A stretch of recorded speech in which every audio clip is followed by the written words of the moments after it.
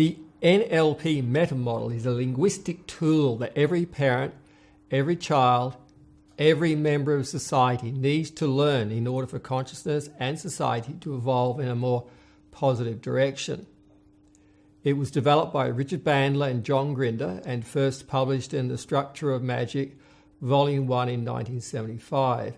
It was later updated by Michael Hall and published in Communication Magic in 1997. It gives you a set of questions to help you gather high-quality information. Use it to find out what people actually mean by their communication, not what you think they are saying. If you meta-model your own thought processes, then you will achieve more in life.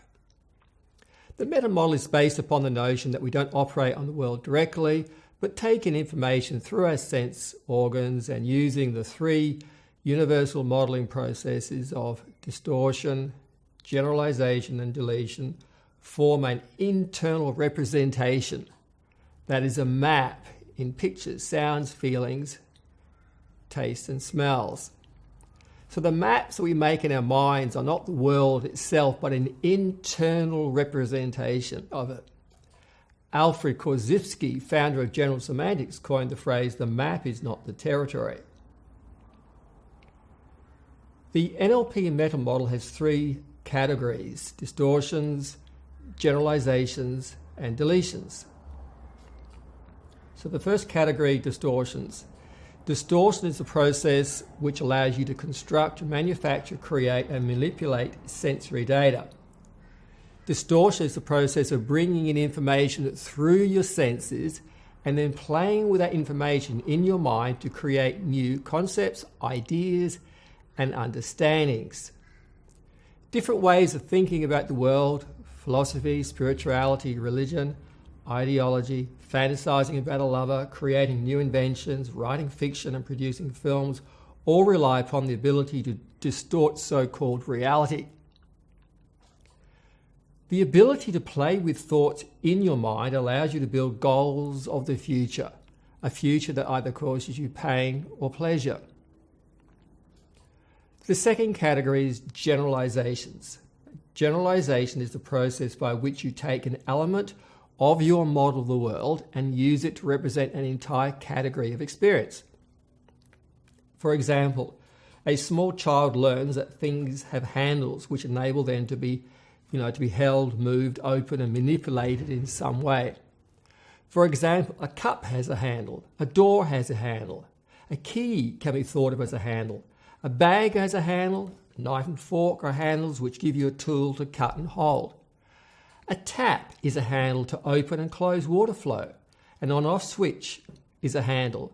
A remote control device has a number of handles called buttons, and so on. Generalizations can work for or against you. For example, having one bad experience with a member of one religion does not mean that all the people who share that religion are the same. In one context, it may not be okay to use certain types of words, but that does not necessarily mean that it is not okay in other contexts. Having one bad experience with a woman does not mean all women are the same. Yet when people create these types of generalizations, it may limit rather than enhance their lives. The third category is deletions. And deletion is the process of selective attention. Whether this be a conscious decision or an unconscious process, it is clearly impossible to pay attention to the massive information that impacts your senses. At some level of awareness, you have to choose what to pay attention to. And by choosing to focus in on some aspect of your sensory experience, you naturally have to delete other information. For example, to hear someone in a crowded room, you may have to concentrate in on the speaker and not listen to other conversations. Driving a car in heavy traffic, you may need to focus in on the road ahead to the detriment of the scenery that passes you by. In a garden, you may choose to enjoy the fragrance of a rose, yet ignore other sights, sounds, sensations, and smells. At times, deletion may be useful, yet in other contexts, it may result in an impoverished experience. For example, if you delete the nice things that people say to you and do for you and instead focus on what they did not do or say, then you may feel unloved. So to summarize the NLP Meta Model, the Meta Model formalizes the process of distortion, generalization and deletion into a set of linguistic patterns that give you a tool for mapping the structure of how someone is thinking by analyzing the words that they use. Meta model violations do not indicate that someone is thinking incorrectly, just that this way of thinking may work for or against them. Typically, the NLP Meta Model is used to question the words that people use so as to improve the quality of the conversation.